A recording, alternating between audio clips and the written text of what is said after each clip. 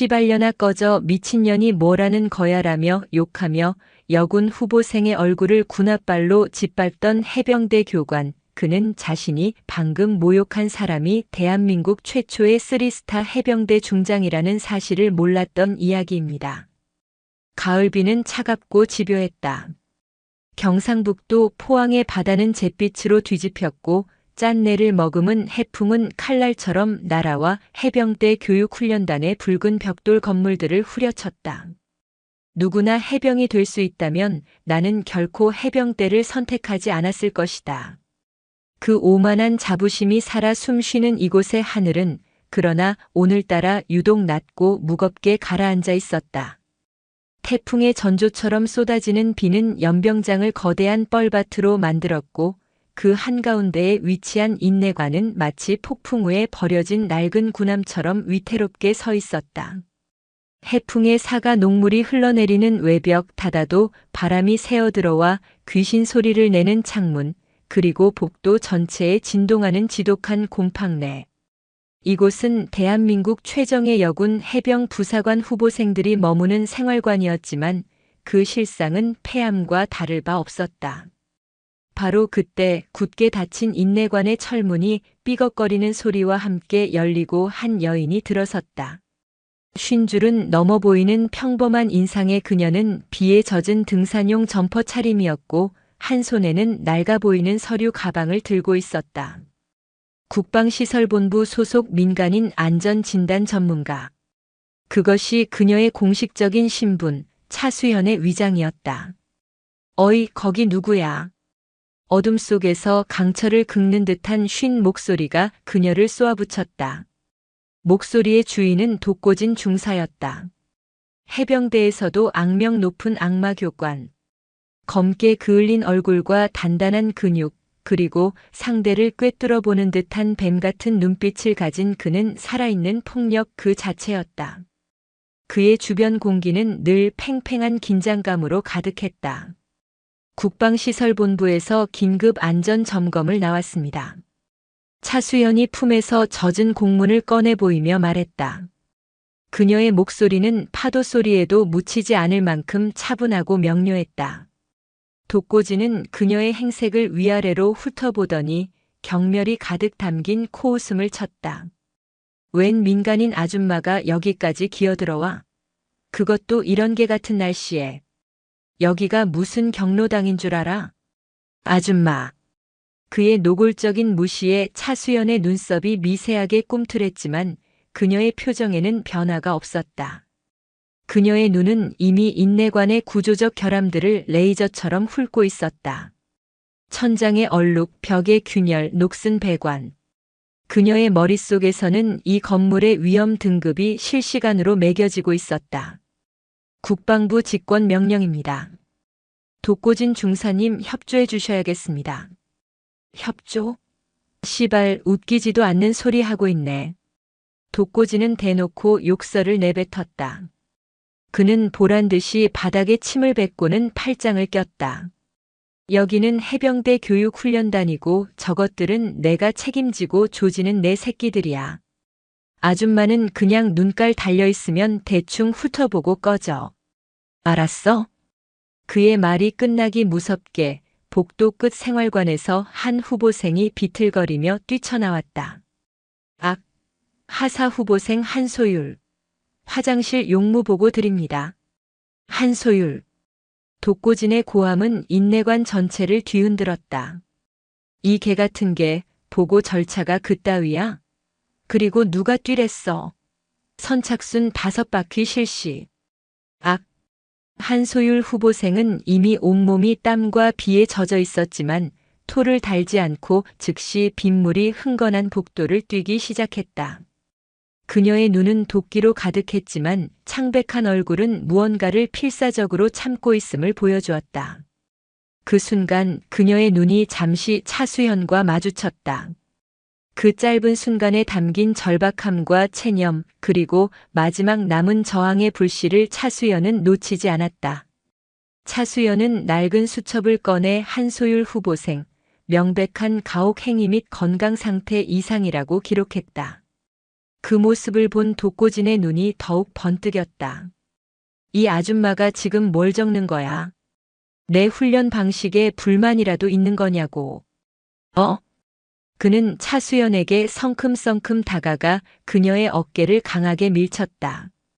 경고하는데 여긴 당신 같은 민간인이 깝칠 때가 아니야. 해병대 정신이 뭔지도 모르는 것들은 그냥 아가리 닥치고 구경이나 하라고. 그의 입에서 풍기는 역한 담배 냄새와 살기가 차수연의 얼굴에 와닿았다. 차수연은 한 걸음 뒤로 밀려났지만 그녀의 눈은 조금도 흔들리지 않았다. 오히려 그 눈빛은 더 깊고 차갑게 가라앉았다. 그녀가 앞으로 밝혀내야 할 진실은 단순히 낡은 건물의 균열이 아니었다. 그것은 군대라는 이름 아래 골마 터지기 직전인 거대한 부패와 폭력의 실체였다. 포항의 검은 비는 거대한 폭풍의 서막에 불과했다. 차수연의 점검은 독고진의 살기 어린 감시 속에서 계속되었다. 그녀는 마치 그의 존재를 완전히 무시하는 것처럼 꼼꼼하게 인내관 구석구석을 살폈다. 그녀의 손전등이 비추는 곳마다 대한민국의 국방력이 아니라 처참한 방치와 무관심의 증거들이 드러났다. 바닷바람에 사가버린 창틀은 제 기능을 잃어 비바람이 그대로 실내로 들이쳤고 난방시설은 고장난 지 오래인지 후보생들의 침상에는 싸구려 군용 담요 한 장만이 덩그러니 놓여 있었다. 특히 심각한 것은 전기시설이었다.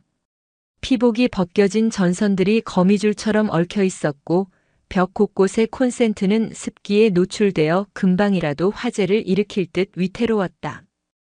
이곳에서 생활하는 후보생들은 마치 녹슨 철조망으로 둘러싸인 수용소의 죄수들처럼 보였다. 독고진은 그런 그녀의 모습을 보며 연신 비웃음을 흘렸다. 그는 후보생들을 복도에 집합시켜 놓고 보란듯이 소리쳤다. 똑똑히 봐라. 저기 저 아줌마처럼 펜대나 굴리니까 나라가 이 모양 이 꼴인 거다. 해병은 머리가 아니라 몸으로 부딪히고 입이 아니라 행동으로 증명하는 거야. 알겠나? 후보생들의 목소리는 지쳐 있었지만 해병 특유의 기합 소리는 여전했다. 독고진은 그들의 군기를 잡는다는 명목 하에 강도를 높여 얼차려를 주기 시작했다.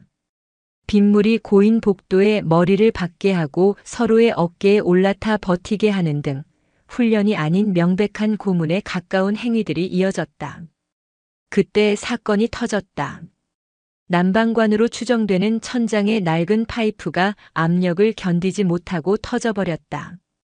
펑하는 소리와 함께 시뻘건 녹물이 섞인 차가운 물줄기가 한소율 후보생의 머리 위로 그대로 쏟아졌다. 한소율은 비명도 지르지 못하고 그 자리에 쓰러졌다. 그녀의 온몸은 순식간에 흙탕물 범벅이 되었고 갑작스러운 냉수마찰에 몸을 부들부들 떨기 시작했다. 저체온증의 초기 증세였다. 뭐 하는 짓입니까? 그때까지 침묵을 지키던 차수연이 나섰다.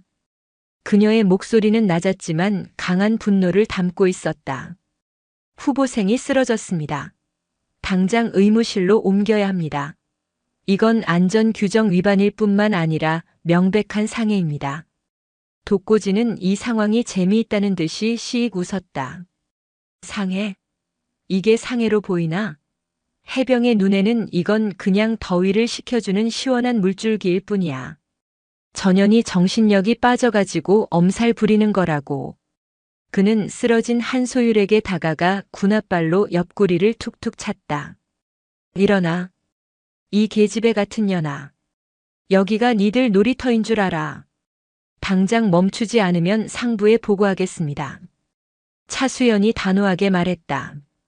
그녀의 손에는 모든 상황을 기록하고 있는 수첩이 들려 있었다. 그 순간 독고진의 인내심이 완전히 끊어졌다. 그는 성큼성큼 차수연에게 다가와 그녀의 멱살을 움켜쥐었다. 아, 씨발 진짜. 이 미친년이 어디서부터 기어들어와서 자꾸 지랄이야. 그의 얼굴이 차수연의 코앞까지 다가왔다. 그의 눈은 광기로 번들거렸다. 보고? 보고해 씨발. 여기가 어딘지 알아? 여긴 해병대야. 국방부 하레비가 와도 내 방식대로 굴러가는 곳이라고. 군대도 안 갔다 온 년이 뭘 안다고 자꾸 나대. 그는 차수연을 벽으로 거칠게 밀어붙였다. 그녀의 등이 차가운 시멘트 벽에 부딪히며 둔탁한 소리를 냈다. 닥치고 구석에 찌그러져 있으라고 했지, 이게 같은 년아. 한 번만 더 내 앞에서 아가리 놀리면 그땐 이빨 전부를 뽑아버릴 줄 알아. 쌍욕과 함께 터져나온 그의 폭력. 그것은 군인의 기강이 아니었다. 자신의 왕국에 침입한 외부인을 향한 통제 불능의 광기였다. 차수연은 밀쳐진 채 가쁜 숨을 몰아쉬었지만 그녀의 눈은 한치도 흔들리지 않고 독고진을 쏘아보고 있었다. 그 눈빛은 내 죄를 내가 보았다고 말하고 있었다. 점퍼 안주머니 속 녹음기는 이 모든 폭언과 폭력의 증거를 빠짐없이 담고 있었다. 녹슨 철조망 안에서 골마 터진 상처는 이제 돌이킬 수 없는 파국을 향해 치닫고 있었다. 독고진의 광기는 멈추지 않았다. 차수연의 저항은 그의 가학성에 기름을 부은 격이었다. 자신의 절대적인 권위에 감히 민간인 따위가, 그것도 여자가 도전했다는 사실에 대한 참을 수 없는 모멸감이 그의 이성을 완전히 마비시켰다. 그는 이 모든 분노를 가장 손쉬운 먹잇감, 쓰러져 있는 한소율에게 터뜨리기로 작정했다. 한소율 후보생. 그의 목소리는 지옥의 악귀처럼 인내관 전체를 울렸다. 내년 하나 때문에 전체 기강이 해이해졌어. 내 그 썩어빠진 정신머리를 오늘 내가 이 자리에서 완전히 개조해주마. 그는 한소율에게 다가가 머리채를 휘어잡아 일으켜 세웠다. 한소율은 고통에 찬 신음을 흘리며 끌려왔다. 독고지는 그녀를 다른 후보생들이 모두 지켜보는 복도 한가운데에 무릎 꿇렸다. 그리고는 해병의 상징이자 자존심인 팔각모를 벗어 바닥에 던지라고 명령했다. 내년은 그 팔각모를 쓸 자격이 없어. 벗어. 한소율은 망설였다. 팔각모는 단순한 모자가 아니었다. 그것은 피와 땀으로 얻어낸 해병의 자격 그 자체였다. 그녀가 망설이는 순간 독고지는 직접 그녀의 머리에서 팔각모를 거칠게 낚아채 흙탕물이 고인 바닥에 내동댕이 쳤다. 자, 이제부터 내 동기들이 내 덕분에 어떤 고통을 받는지 똑똑히 지켜봐. 그리고 내가 얼마나 쓸모없는 존재인지 뼈저리게 느껴봐라. 그는 다른 후보생들에게 머리 박아 자세를 시켰다. 하지만 그것으로 끝나지 않았다. 그는 그 자세에서 한 손으로만 몸을 지탱하라는 거의 불가능에 가까운 명령을 내렸다. 후보생들의 몸이 부들부들 떨리며 하나둘씩 무너지기 시작했다. 무너지는 년이 나올 때마다 전연의 고통이 2배가 될 거다. 독고진이 악을 썼다. 그리고 그는 정말로 그 말을 실행에 옮겼다. 동기가 무너져 내리자 그는 무릎 꿇고 있던 한소율의 어깨를 군홧발로 짓밟아 바닥에 완전히 엎드리게 만들었다. 그리고는 그는 바닥을 짚고 버티려는 한소율의 손등 위로 올라섰다. 우두둑 하는 끔찍한 소리와 함께 한소율의 입에서 차마 비명이라고 할 수 없는 절규가 터져나왔다. 아악! 뼈가 지시겨지는 고통. 하지만 독고진의 악행은 거기서 멈추지 않았다. 그는 고통으로 몸부림치는 한소율의 얼굴을 발로 짓밟았다. 그녀의 뺨이 차가운 흙탕물 바닥에 처박혔다. 이 얼굴로 해병이라고 말할 자격이 있을 것 같아? 내년 같은 것들 때문에 진짜 해병들이 욕먹는 거야. 빨간 명찰의 명예를 더럽히는 버러지 같은 년. 그것은 훈육이 아니었다. 인간의 존엄성을 파괴하는 명백한 살인 행위였다. 당장 그 발 치워, 이 짐승만도 못한 놈아. 바닥에 쓰러져 있던 차수연이 포효하며 일어섰다. 그녀의 눈은 이제 분노를 넘어선 서늘한 살이마저 담고 있었다. 독고지는 그런 그녀를 돌아보며 희열에 찬 미소를 지었다. 그는 한소율의 얼굴을 밟고 있던 발을 천천히 떼더니 이번에는 차수연을 향해 걸어왔다. 이 시발년이 끝까지 주둥이를 나불거리네. 그래, 내년이 그렇게 저 계집애를 감싸고 싶어 했지? 그럼 내년이 대신 당해봐라. 얼마나 버티나 한번 보자. 그는 차수연의 복부를 발로 찼다. 컥하는 소리와 함께 차수연의 몸이 활처럼 휘어지며 쓰러졌다. 독고지는 그녀의 머리채를 잡아 올리고 뺨을 후려쳤다. 오늘 여기서 돼지고 싶어서 환장했구나. 내가 누군지 제대로 보여주마. 그는 넘어진 차수연의 얼굴을 짓밟기 위해 군홧발을 높이 들어 올렸다. 다른 후보생들은 공포에 질려 숨조차 쉬지 못했다. 인내관은 완벽한 지옥으로 변해 있었다. 바로 그 순간 모든 것을 압도하는 날카로운 정적이 흘렀다. 독고진의 발이 허공에 멈췄다. 그의 시선은 차수연의 손에 들린 작고 검은 물체에 고정되었다. 그것은 민간인이 절대 가질 수 없는 군용 암호화 위성 통신기였다. 차수연은 터진 입술에서 흘러내리는 피를 소매로 닦아내며 조용히 버튼을 눌렀다. 그녀의 목소리는 더 이상 민간인의 그것이 아니었다. 수십 년간 수만 명의 해병을 호령했던 전설적인 지휘관의 목소리였다. 여기는 불사조.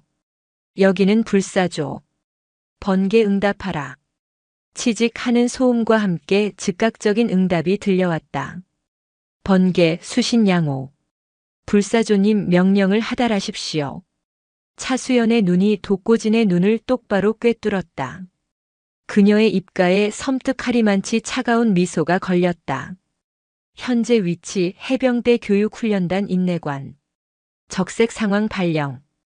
해병대 헌병 특수임무대 전원 출동. 반복한다. 적색 상황. 이건 훈련이 아니다. 그녀의 말이 끝나자마자 인내관 밖에 미친 듯한 비바람 소리를 찢고 땅과 건물을 통째로 뒤흔드는 육중한 헬리콥터의 로터 소리가 포항의 밤하늘을 장악하기 시작했다. 독고진의 얼굴에서 모든 핏기가 가시고 있었다. 그는 자신이 방금 무슨 짓을 저질렀는지, 그리고 자신의 발 아래 쓰러져 있는 이 아줌마의 진짜 정체가 무엇인지 공포와 함께 깨닫기 시작했다. 그러나 모든 것은 이미 돌이킬 수 없었다. 심판의 번개가 그의 머리 위로 내리꽂히기 직전이었다. 포항의 밤하늘이 찢어졌다. 태풍의 울음소리는 더 이상 들리지 않았다. 그 자리를 대신한 것은 지축을 뒤흔드는 여러 대의 헬리콥터가 동시에 내는 굉음이었다. 그것은 단순한 소음이 아니었다. 하늘에서 내려오는 거대한 심판의 북소리였고 썩어 문드러진 인내관의 죄악을 향한 분노의 포효였다. 헬기의 강력한 하강풍이 낡은 건물을 강타했다.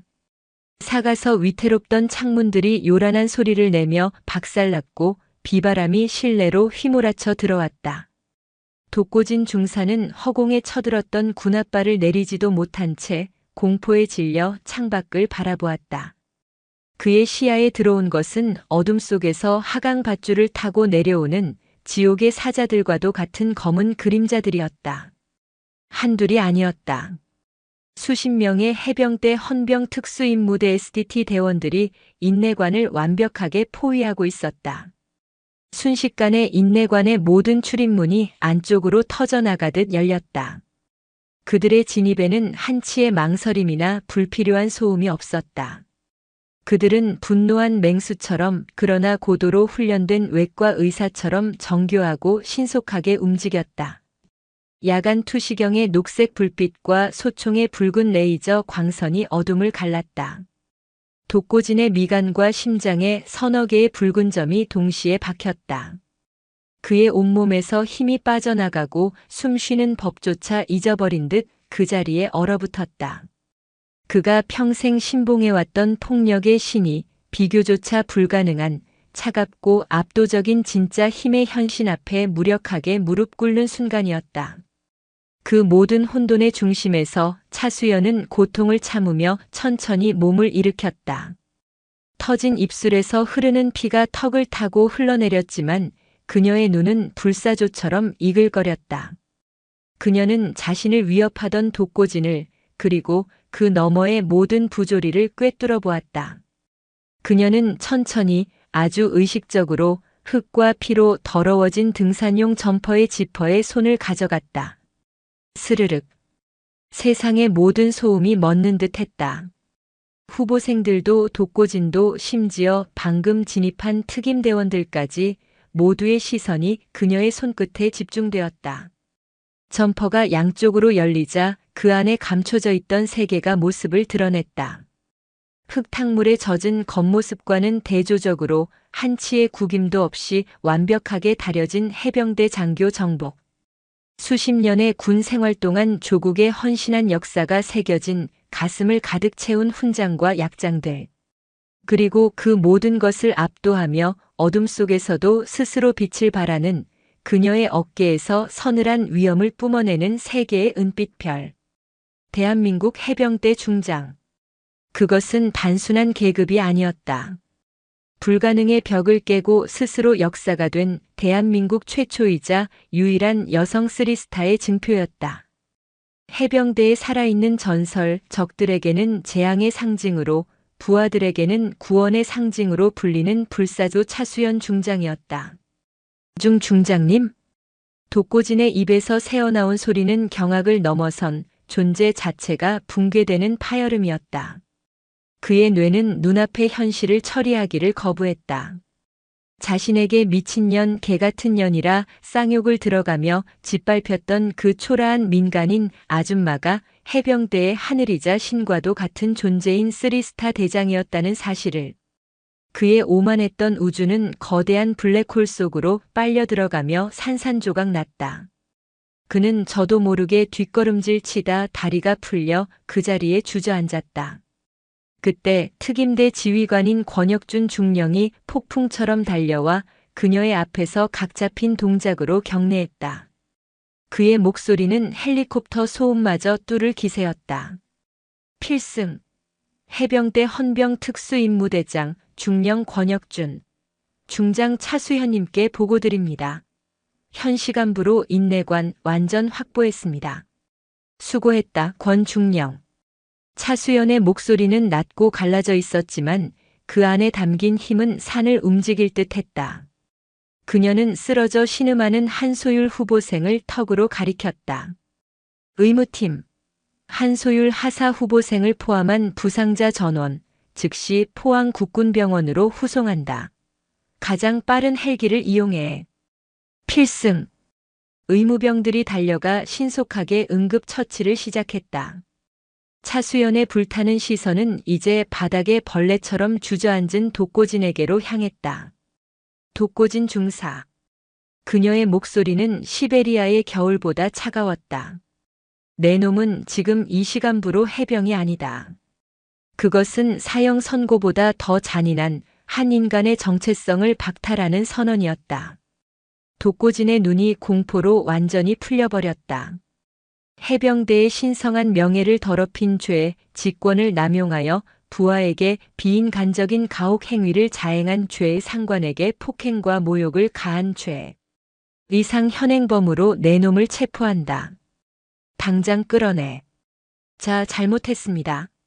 중장님, 죽을 죄를 지었습니다. 한 번만 용서해 주십시오. 독고진은 기어가려 하며 필사적으로 빌었다. 그러나 차수연의 눈에는 단 한 점의 자비도 없었다. 특임대원들이 다가와 그의 양팔을 부러뜨릴 듯이 꺾어 일으켜 세웠다.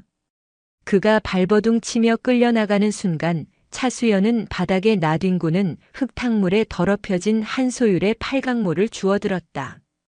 그녀는 그것을 끌려가는 독고진에게 보여주지도 한소율에게 돌려주지도 않았다.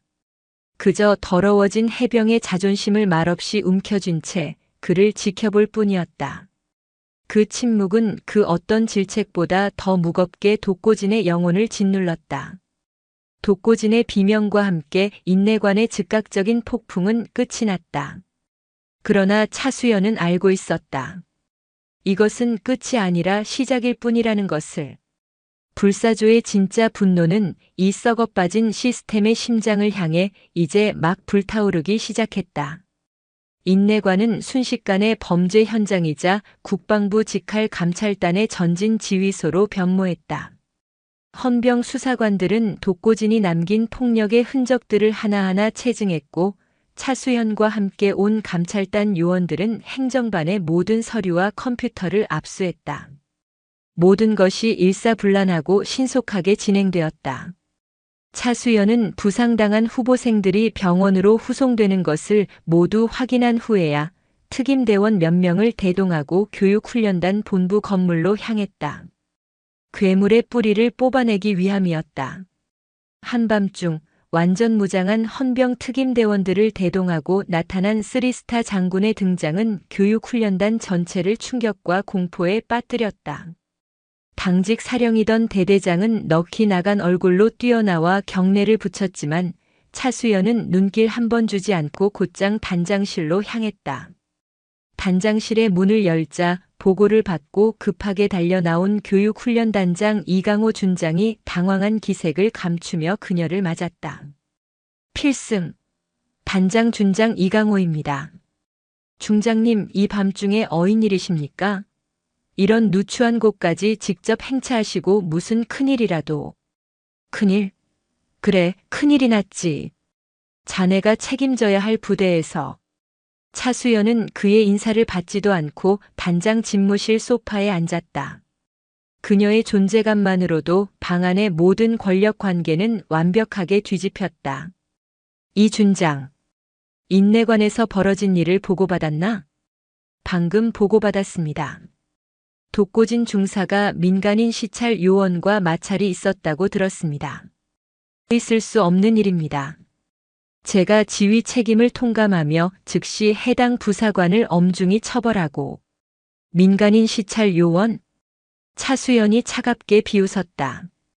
그 민간인 시찰 요원이 바로 나다. 이강호 준장. 이강호 준장의 얼굴에서 미소가 사라지고 경악이 떠올랐다. 그는 잠시 말을 잃고 그녀와 그녀의 터진 입술, 흙 묻은 군복을 번갈아 쳐다보았다. 그리고 자네가 말하는 마찰은 이것이다. 차수연은 품에서 소형 녹음기를 꺼내 재생했다. 단장실에는 독고진이 차수연에게 퍼부었던 온갖 쌍욕과 폭행 당시의 소음, 그리고 후보생들의 비명소리가 생생하게 울려 퍼졌다. 이강호 준장의 이마에서 식은땀이 흘러내리기 시작했다. 이것만으로도 자네는 지휘 책임 소홀로 군복을 벗어야 마땅하지만 문제는 이게 전부가 아니라는 거야.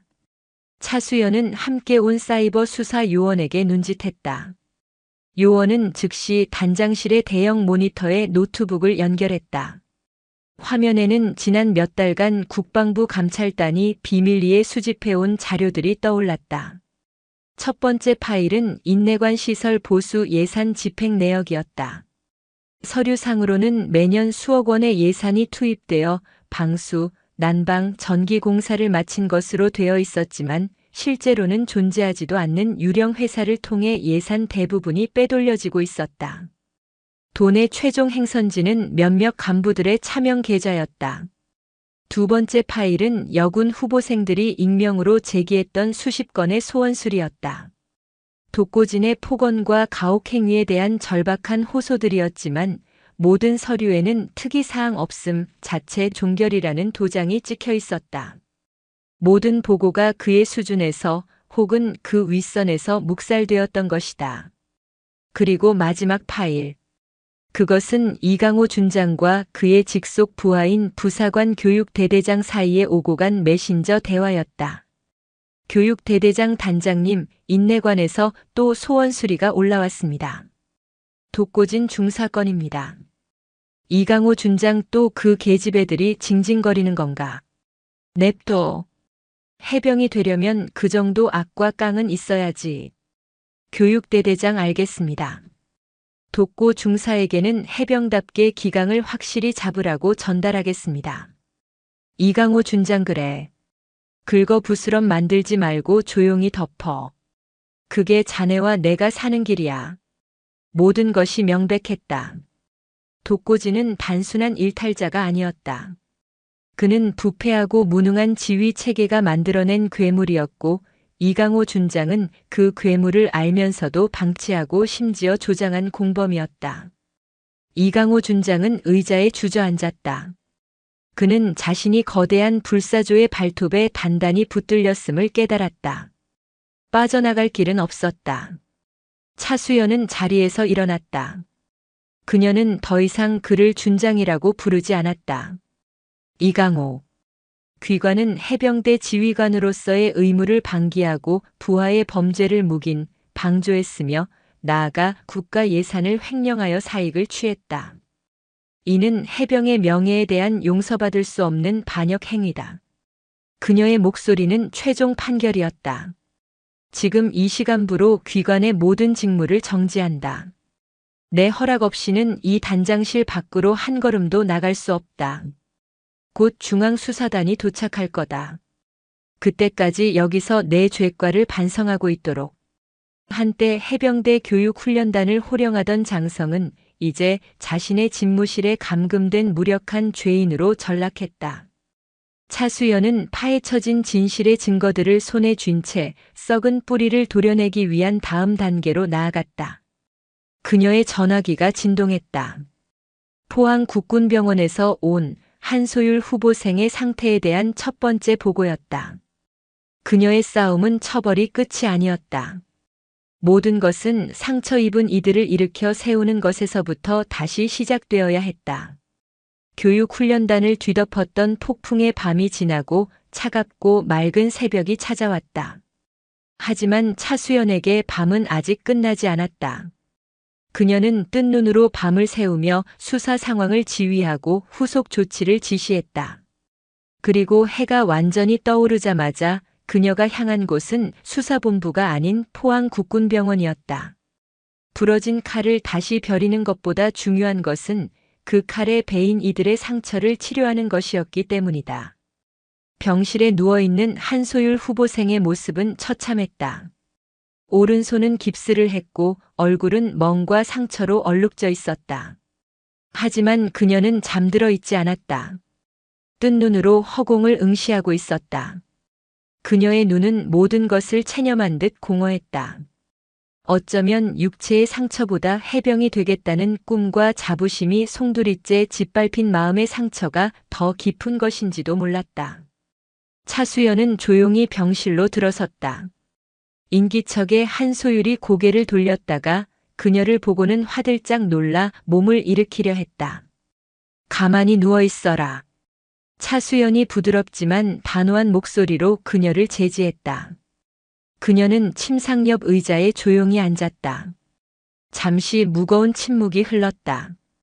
어떤 위로의 말도 이 깊은 상처 앞에서는 공허하게 들릴 것 같았다. 차수연은 긴 침묵 끝에 어렵게 입을 열었다. 한소율 하사 후보생. 그녀는 한소율의 눈을 똑바로 바라보며 말했다. 해병대가 그리고 내가 너를 지켜주지 못했다. 진심으로 미안하다. 중장. 해병대에 살아있는 전설인 그녀가 일개 하사 후보생에게 진심을 담아 사과하고 있었다. 한소율의 공허하던 눈동자가 가늘게 떨리기 시작했다. 눈가에 뜨거운 것이 차올랐다. 너는 혼자가 아니었다. 그 지옥 같은 시간 속에서 너는 결코 혼자가 아니었어. 내가 너무 늦게 도착했을 뿐이다. 정말 미안하다. 차수연은 자리에서 일어나 깁스를 하지 않은 한소율의 왼손을 자신의 두 손으로 따뜻하게 감쌌다. 장군의 손이라고는 믿기지 않을 만큼 곳곳에 굳은 살이 박이고 상처가 남은 투박한 손이었다. 하지만 이것 하나만은 약속하겠다. 내가 흘린 눈물과 땀 그리고 피가 단 한 방울도 헛되지 않도록 만들겠다. 내가 다시 일어서서 돌아올 이 해병대를 내가 목숨을 걸고 지킬 가치가 있는 자랑스러운 곳으로 내가 반드시 바꿔놓겠다. 그 약속에 마침내 한소율의 눈에서 참았던 눈물이 터져나왔다. 그것은 서러움의 눈물인 동시에 아주 작은 희망의 불씨가 다시 피어나는 것을 확인하는 감격의 눈물이었다. 병원에서 나온 차수연은 곧장 후보생들이 임시로 머물고 있는 숙소로 향했다. 그곳에는 지난밤의 공포에서 아직 벗어나지 못한 젊은 영혼들이 모여 있었다. 차수연은 그들을 강당에 모았다. 하지만 그녀는 훈시를 하지 않았다. 대신 모든 교관과 조교들을 내보내고 문을 닫았다. 오직 그녀와 후보생들만이 남았다. 하고 싶은 말이 있으면 뭐든 해도 좋다. 두려워하지 말고 모든 것을 털어놓아라. 이곳에서 나눈 이야기는 그 어떤 불이익도 없을 것임을 내 계급과 명예를 걸고 약속한다. 처음에는 아무도 입을 열지 못했다. 그러나 한 후보생이 용기를 내어 독고진에게 당했던 폭언에 대해 이야기하기 시작하자 본물 터지듯 증언들이 쏟아져 나왔다. 성적인 모욕, 비인간적인 얼차려, 공공연한 폭행. 그리고 그 모든 것을 알면서도 묵살했던 간부들의 이야기까지. 그곳은 지휘관에 대한 보고의 자리가 아니라 끔찍한 트라우마를 고백하는 치유의 장으로 변해가고 있었다. 차수연은 그 모든 이야기를 단 한마디도 끊지 않고 끝까지 들어주었다. 때로는 함께 분노했고 때로는 안타까움에 눈을 감았다. 모든 이야기가 끝났을 때 그녀는 단상에 올라 마이크를 잡았다. 여러분은 모두 속았다. 그녀의 첫마디에 후보생들이 고개를 들었다. 여러분은 독고진 같은 자들이 말하는 악과 깡이 해병 정신의 전부라고 속아왔다. 하지만 그것은 해병 정신이 아니다. 그것은 약자를 향한 폭력을 정당화하는 비겁한 광기일 뿐이다. 그녀의 목소리가 강당 전체를 울렸다. 진정한 해병 정신은 무엇인가? 그것은 내 옆에 전우가 총에 맞았을 때 포화 속으로 뛰어들어 그를 구해내는 용기다. 그것은 적의 총구가 내 심장을 겨누고 있을 때조차 한치도 물러서지 않고 조국을 지켜내는 헌신이다. 그리고 그것은 그 어떤 불의와 부조리 앞에서도 침묵하지 않고 당당히 맞서 싸우는 정의감이다. 그녀는 후보생 한 명 한 명의 눈을 마주치며 말했다. 독고진은 해병이 아니었다. 그는 해병의 군복을 입은 범죄자일 뿐이다. 진정한 해병은 누구인가? 바로 그 지옥 속에서도 동료를 버리지 않고 서로를 의지하며 끝까지 버텨낸 여러분들이다. 여러분이야말로 가장 강하고 명예로운 해병이다. 그녀의 선언에 후보생들의 눈빛이 달라지기 시작했다. 짓밟혔던 자존심 더럽혀졌다고 생각했던 해병의 앵카가 그녀의 말을 통해 다시 제 빛을 찾아가고 있었다. 나는 여러분에게 묻겠다. 이대로 무너져 피해자로 남을 것인가? 아니면 오늘을 딛고 일어나 이 썩어빠진 전통을 끊어내고 새로운 해병대의 역사를 쓰는 주역이 될 것인가? 그 질문에 한 후보생이 자리에서 벌떡 일어섰다. 이어서 2명, 3명 마침내 모든 후보생이 자리에서 일어나 차수연을 향해 경례했다. 그들의 눈에는 더 이상 공포와 체념이 없었다. 상처 입은 앵카를 다시 일으켜 세우려는 뜨거운 결의와 의지가 불타오르고 있었다. 한 사람의 진정한 리더가 절망의 잿더미 속에서 수십 명의 불사조를 탄생시키는 순간이었다. 포항의 동쪽 하늘이 희미하게 밝아올 무렵 해병대 교육훈련단은 유령 부대처럼 침묵에 잠겨 있었다. 밤새 몰아쳤던 폭풍과 헬리콥터의 굉음은 사라졌지만 그 자리를 대신한 것은 소문과 두려움으로 가득한 질식할 듯한 정적이었다. 부대의 모든 해병들은 알고 있었다. 어젯밤 단순한 사건이 아니라 거대한 역사의 지각 변동이 일어났음을.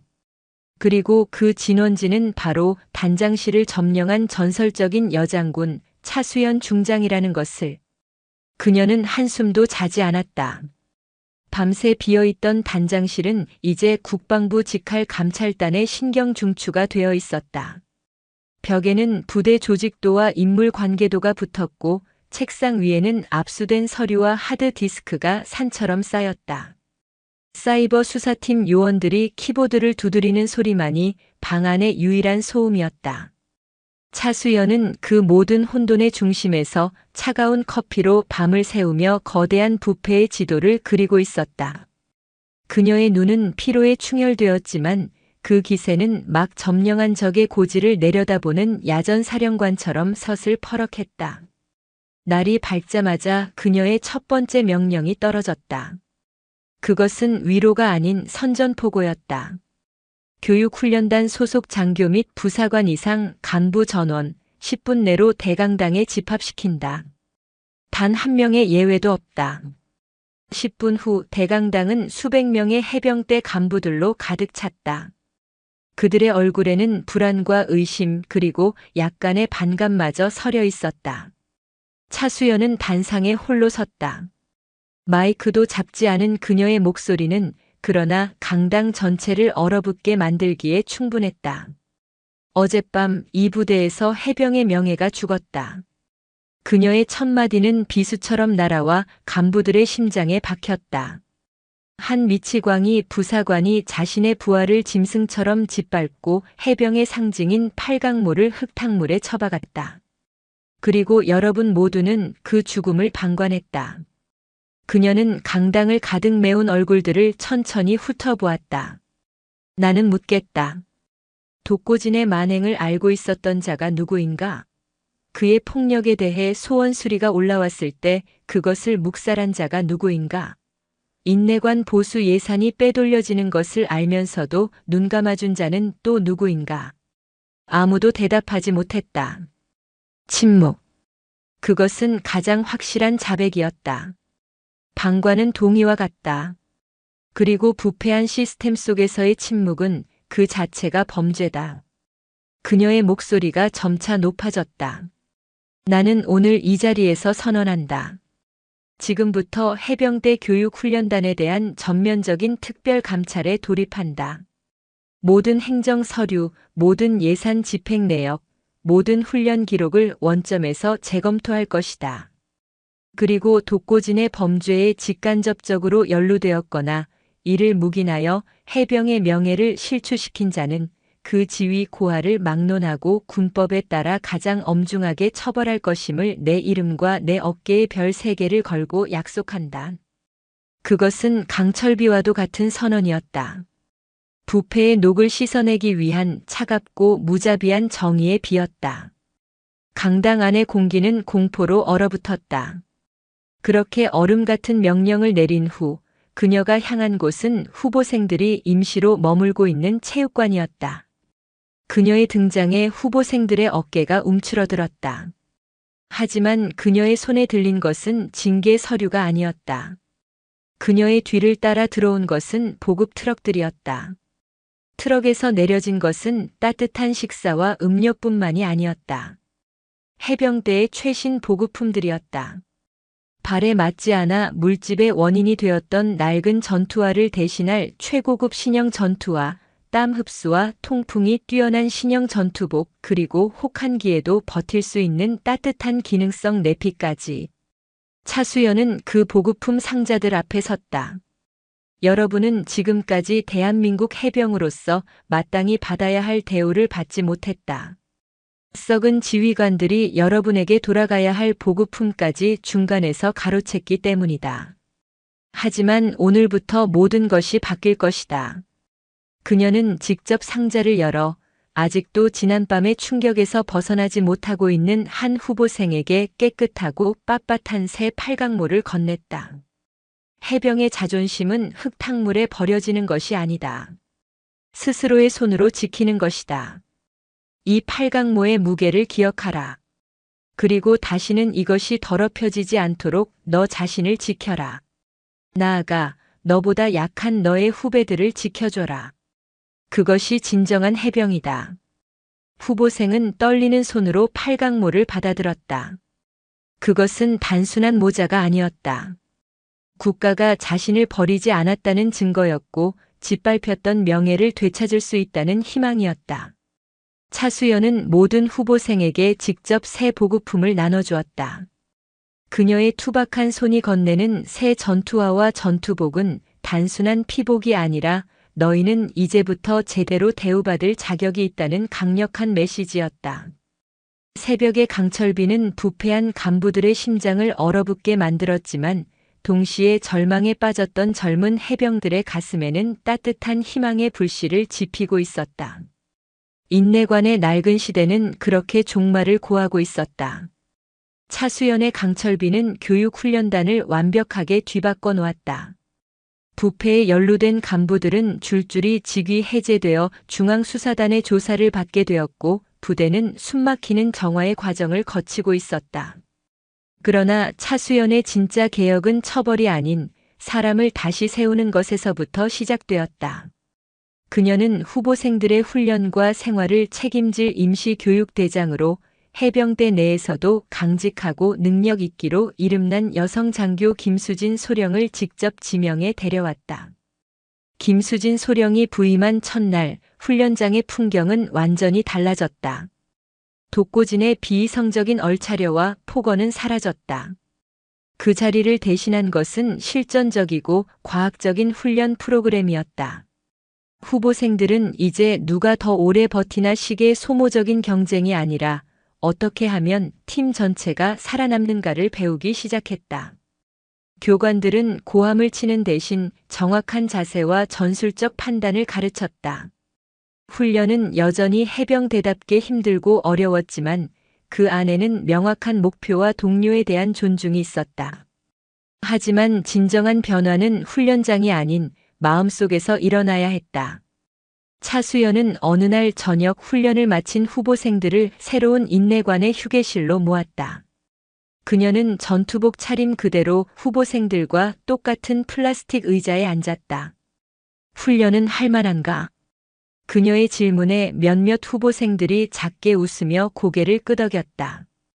분위기가 조금 부드러워지자 한 후보생이 조심스럽게 손을 들었다. 질문해도 되겠습니까, 중장님? 얼마든지. 저희는 그날의 일을 겪었습니다. 저희 스스로가 해병의 명예를 더럽혔다는 자괴감, 그리고 저희가 과연 진짜 해병이 될 자격이 있는지에 대한 의구심을 떨칠 수가 없습니다. 그것은 모두의 마음속에 응어리져 있던 질문이었다. 차수연은 잠시 눈을 감았다. 그리고는 자신의 가슴에 달린 선명한 붉은색 명찰을 손가락으로 가리켰다. 이 붉은 명찰의 무게에 대해 이야기해 주지. 그녀의 목소리가 나직하게 울렸다. 어떤 이들은 이 붉은색이 적의 피라고 말하고 어떤 이들은 타오르는 불굴의 투지라고 말한다. 틀린 말은 아니지. 하지만 내가 생각하는 이 붉은색의 진짜 의미는 조금 다르다. 그녀는 후보생들의 눈을 하나하나 마주쳤다. 이것은 전장에서 쓰러져간 선배 해병들이 흘린 피의 색이다. 내 한 몸 편하자고 동료를 버리고 도망친 자가 아니라 쓰러진 전우를 구하기 위해 기꺼이 자신의 목숨을 내던진 영웅들의 심장색이다. 즉, 이 붉은 명찰의 무게는 희생과 헌신의 무게다. 휴게실 안에는 숨소리조차 들리지 않았다. 독고진 같은 자들은 그 숭고한 붉은색을 자신의 광기와 폭력을 정당화하는 핑계로 사용했다. 그들은 해병 정신이라는 이름으로 약자를 짓밟고 공포를 심었다. 하지만 그들은 틀렸다. 붉은 명찰의 무게는 약자를 짓밟는 둔기의 무게가 아니라 쓰러진 전우를 내 등에 업고 한 걸음이라도 더 함께 나아가려는 책임의 무게다. 그녀의 말은 마치 복음처럼 후보생들의 가슴에 스며들었다. 그러니 나는 다시 묻겠다. 그 지옥 같은 상황 속에서도 동료의 손을 놓지 않고 서로를 다독이며 끝까지 버텨낸 너희들에게 이 붉은 명찰을 달 자격이 없다고 생각하나? 천만에. 그 시간을 이겨낸 너희야말로 그 어떤 해병보다도 이 붉은 명찰의 진짜 무게를 감당할 자격이 있다. 그녀의 말이 끝나자 한쪽에서 흐느끼는 소리가 들려왔다. 자괴감과 수치심에 짓눌려 있던 영혼들이 비로소 해방되는 소리였다. 차수연은 그 자리에서 또 하나의 약속을 했다. 앞으로 해병대 내 모든 여성 지휘관 및 부사관들과 여러분의 자매 결연을 추진하겠다. 여러분에게는 이제 기댈 수 있는 선배들이 그리고 이끌어줄 수 있는 롤모델들이 생길 것이다. 다시는 여러분이 외로운 섬처럼 고립되는 일은 없도록 만들겠다. 그날 이후 후보생들의 눈빛이 달라졌다. 그들은 더 이상 피해자가 아니었다. 상처를 이겨내고 붉은 명찰의 진짜 의미를 깨달은 강인한 생존자들이었다. 그들은 서로를 더욱 굳게 믿고 의지하며 훈련에 임했다. 그들의 함성 소리는 이전보다 더 크고 단단해졌다. 짓밟혔던 자부심의 싹이 절망의 땅을 뚫고 다시 솟아나고 있었다. 차수연이 포항에 머문 지 한 달이 지났다. 그 사이 교육훈련단은 뿌리부터 다시 태어나고 있었다. 독고진과 이강호 준장을 포함한 부패 사슬은 모두 군검찰로 송치되었고 새로운 지휘부가 들어서 부대를 안정시켰다. 국방부의 긴급 예산이 투입되어 낡은 인내관은 역사 속으로 사라지고 그 자리에 새로운 건물을 짓기 위한 공사가 시작되었다. 눈에 보이는 모든 것들이 바뀌고 있었다. 그러나 차수연이 이룬 가장 큰 변화는 눈에 보이지 않는 곳에 있었다. 바로 후보생들의 마음속이었다. 그녀는 떠나기 전 마지막으로 해야 할 일이 남아 있었다. 그것은 상처 입은 그들의 손으로 직접 새로운 역사를 쓰게 하는 것이었다. 그녀는 인내관 생활수칙 개정위원회를 조직했다. 위원회의 구성원은 교관이나 간부가 아닌 순전히 후보생들 자신이었다. 그녀는 그들에게 단 하나의 지침만을 내렸다. 다시는 독고진 같은 괴물이 태어나지 않도록, 그리고 다시는 한소율 같은 피해자가 나오지 않도록 여러분의 손으로 새로운 규칙을 만들어라. 서로를 존중하고 약자를 보호하며 부조리에 침묵하지 않는 살아있는 규칙을 만들어라. 후보생들은 밤늦게까지 머리를 맞대고 토론했다. 그들은 자신들이 겪었던 고통을 되짚으며 무엇이 잘못되었고 무엇을 바꿔야 하는지 치열하게 고민했다. 며칠 후 그들이 완성한 새로운 생활수칙이 차수연에게 전달되었다. 그 안에는 동기 간의 인격 모독 및 폭언 금지, 상급자의 사적 지시 및 부당한 얼차려 거부권, 그리고 내부 고발자 고호 및 포상과 같은 이전에는 상상조차 할 수 없었던 혁신적인 조항들이 담겨 있었다. 차수연은 그 수칙을 단 한 글자도 고치지 않고 그대로 승인했다. 그리고 그것을 교육훈련단의 공식 규정으로 공포했다. 후보생들은 자신들의 손으로 만든 규칙이 부대의 법이 되는 것을 보며 진정한 주인의식과 자부심을 느꼈다. 차수연이 포항을 떠나는 날이 왔다. 그녀는 병원에서 퇴원해 훈련에 복귀한 한소율 후보생과 마지막으로 조용한 면담을 가졌다. 깁스를 푼 손에는 아직 흉터가 남아 있었지만 한소율의 눈빛은 놀랍도록 단단하고 평온해져 있었다. 아직도 그날의 악몽을 꿀 때가 있습니다. 한소율이 솔직하게 털어놓았다. 그 상처는 평생 사라지지 않을지도 모른다. 차수연이 담담하게 말했다. 하지만 중요한 것은 상처 자체가 아니라 그 상처를 어떻게 다루느냐다. 그 상처를 증오와 복수심으로 키우면 너는 결국 또 다른 독고진이 될 뿐이다. 하지만 그 상처를 다른 사람의 아픔을 이해하는 공감의 힘으로 바꿀 수 있다면 너는 그 누구보다 훌륭한 지휘관이 될 것이다. 선택은 이제 너의 몫이다. 한소율은 말없이 고개를 끄덕였다. 그녀의 눈에는 이미 답이 정해져 있는 듯 했다. 차수연이 헬기에 오르기 위해 연병장으로 나섰을 때 놀라운 광경이 펼쳐졌다. 김수진 소령의 지휘 아래 여군 부사관 후보생 전원이 자발적으로 연병장에 도열해 있었던 것이다. 그들은 명령받지 않은 마음에서 우러나온 경례를 위해 그 자리에 서 있었다. 차수연이 그들 앞을 지나갈 때 누군가의 선창과 함께 우렁찬 함성이 터져 나왔다. 중장님께 대하여 필승. 수십 개의 팔이 동시에 완벽한 각도로 올라갔다. 그들의 경례에는 더 이상 공포나 의무감이 아닌 절대적인 신뢰와 존경, 그리고 감사가 담겨 있었다. 차수연은 걸음을 멈추고 그들을 향해 조용히 그리고 깊이 담례했다. 헬기가 이륙하고 포항의 푸른 바다가 멀어질 때 그녀는 창밖으로 활기차게 움직이는 부대의 모습을 내려다보았다. 낡은 건물이 무너진 자리에 새로운 건물의 철골이 올라가고 있었고 연병장에서는 젊은 해병들이 희망찬 함성을 지르며 훈련에 매진하고 있었다. 그녀는 절망의 해안에 희망을 상륙시켰다. 이제 그 희망의 씨앗을 가꾸고 거친 비바람을 이겨내며 울창한 숲으로 키워나가는 것은 온전히 남겨진 그들의 몫이었다. 차수연은 조용히 눈을 감았다. 그녀의 임무는 끝났지만 그녀가 시작한 진짜 혁명은 이제 막 새로운 파도를 타고 시작되고 있었다. 혹독했던 포항의 겨울이 물러가고 동해의 차가운 바람결 속에 비로소 온기가 스미기 시작한 이른 봄의 어느 날이었다. 해병대 교육훈련단은 지난 가을의 상처를 벗고 새로운 활기로 넘실거렸다. 논란의 중심이었던 인내관은 이제 깨끗하게 정리된 빈터가 되어 새로운 건물이 올라가기를 기다리고 있었고 그 옆 연병장에는 눈부신 봄 햇살이 가득 내리쬐고 있었다. 오늘 그 연병장에서 한 시대의 종언과 새로운 시대의 개막을 알리는 행사가 열리고 있었다. 지옥 같던 밤을 이겨내고 스스로의 힘으로 명예를 되찾은 여군 해병 부사관 후보생들의 임관식이었다. 단상 아래 도열한 신임 하사들의 모습은 몇 달 전과는 완전히 다른 사람들이었다. 공포에 질려 떨던 앳된 후보생이 아니었다. 시련을 통해 강철처럼 단련된 눈빛, 그 어떤 고난도 이겨낼 수 있다는 자신감으로 가득한 당당한 자세.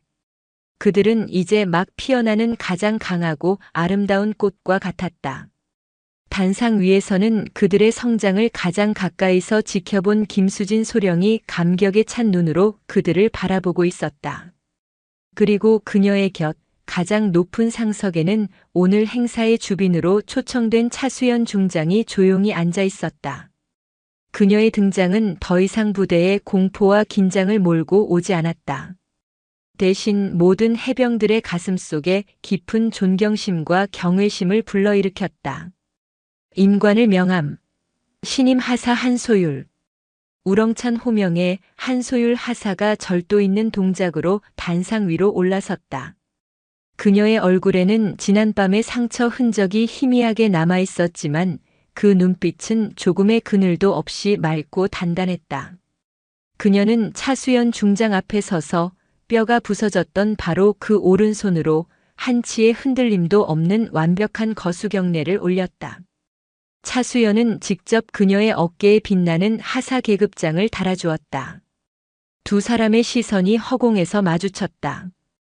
그 짧은 눈맞춤 속에는 수만 마디의 언어보다 더 깊은 신뢰와 약속이 오고 갔다. 모든 임관식이 끝나고 차수연이 축사를 위해 연단에 섰다. 연병장의 모든 소음이 멎고 오직 그녀의 목소리만이 봄바람을 타고 울려 퍼졌다. 자랑스러운 대한민국의 신임 해병 부사관들, 그리고 그들의 가족 친지 여러분. 그녀는 먼저 객석을 향해 깊이 고개를 숙였다. 먼저 이들이 이 영광스러운 자리에 서기까지 군이 지켜주지 못했던 아픔의 시간에 대해 이 자리를 빌려 다시 한번 진심으로 사죄의 말씀을 드립니다. 그리고 그 모든 시련을 이겨내고 가장 강하고 명예로운 해병으로 다시 태어난 여러분의 자제분들에게 아낌없는 박수를 보내주시기 바랍니다. 객석에서 뜨거운 박수와 함께 흐느낌이 터져나왔다. 차수연은 다시 신임 하사들을 향해 몸을 돌렸다. 여러분은 해병 때의 가장 어둡고 추악했던 밤을 온몸으로 통과해 마침내 이 영광스러운 아침을 맞았다. 여러분은 이제 피해자가 아니다. 그 어둠을 스스로의 힘으로 몰아낸 위대한 승리자다. 그녀의 목소리에 힘이 실렸다. 이제 여러분의 임무는 훈련을 받는 것이 아니라 훈련을 시키는 것이다. 여러분은 이제 누군가의 선임이자 스승, 그리고 지휘관이 될 것이다. 그러니 오늘 이 자리에서 여러분의 가슴에 달린 이 붉은 명찰 아래 첫 번째 맹세를 하기 바란다.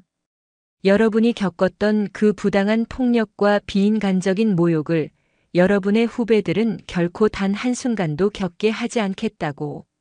썩어 빠진 악습의 고리를 여러분의 세대에서 반드시 끊어내겠다고 스스로에게 그리고 전우들에게 굳게 맹세하라. 그녀는 연병장을 가득 메운 젊은 해병들의 눈을 하나하나 가슴에 새기듯 바라보았다.